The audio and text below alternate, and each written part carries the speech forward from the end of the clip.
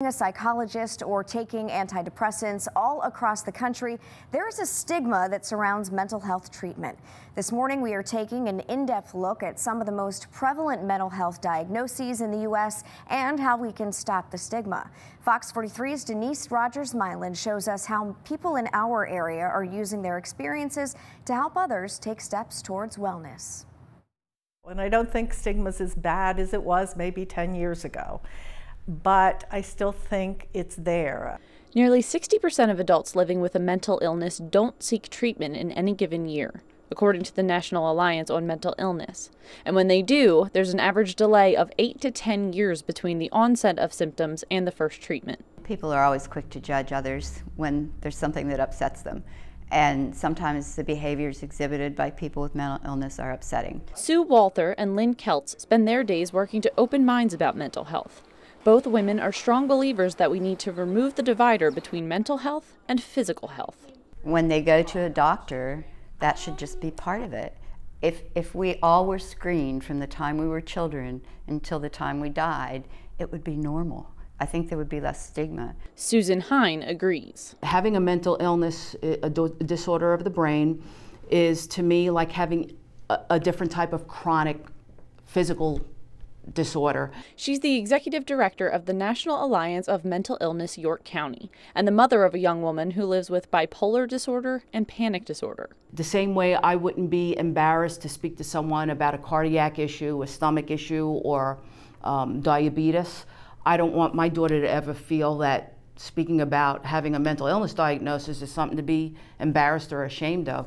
Avoiding labels and categorization is how Diana Fulham has helped others recover. She's the founder and CEO of Recovery Insight, a peer support service that works with people who are recovering from mental health and substance abuse issues. We just want to meet the person. We don't want to meet the illness. She lost her son to a drug overdose in 2002. He was 24 years old and had battled bipolar disorder and schizoaffective disorder for more than a decade. Diana says she and her family worked for years to turn their grief into something good. Anybody can attain whatever they want to in life. They have that choice.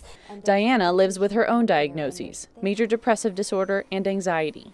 To her, it's the face that masks the diagnoses that's more important, and it's what gives others hope of recovery. The more people that you see that have a label of a diagnosis, is just a human being and have likes just like and joys and happiness and families just like everybody else.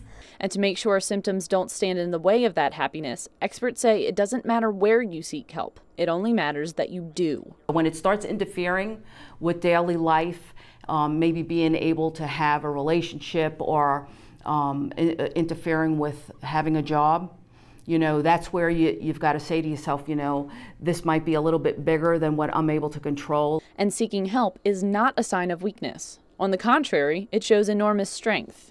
You would never ask someone with diabetes to just hang in there and it'll pass.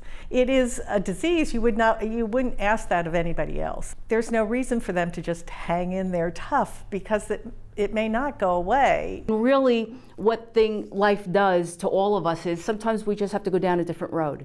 It's not that we can't get to our destination, we just have to find a different way of getting there. That's recovery. That's basically what it is, living your life to the fullest and feeling good about what you're doing. Denise Rogers-Myland, Fox 43 News. Well, the experts mentioned the connection often made between violence and mental illness, saying that it's been blown far out of proportion and is fueling the stigma. In fact, they say people with mental illness are much more likely to be victimized. Studies show only about 4% of violent acts are linked to someone who is considered mentally ill. Now, we have a list of services and resources from each organization we spoke to on our website, fox43.com. And then coming up tonight on Fox 43 News at 10, we will get a glimpse inside the world of people living with anxiety and depression, how it makes them feel, what it finally took for them to seek help, and why they believe so many people don't seek treatment. That's tonight on Fox 43 News at 10.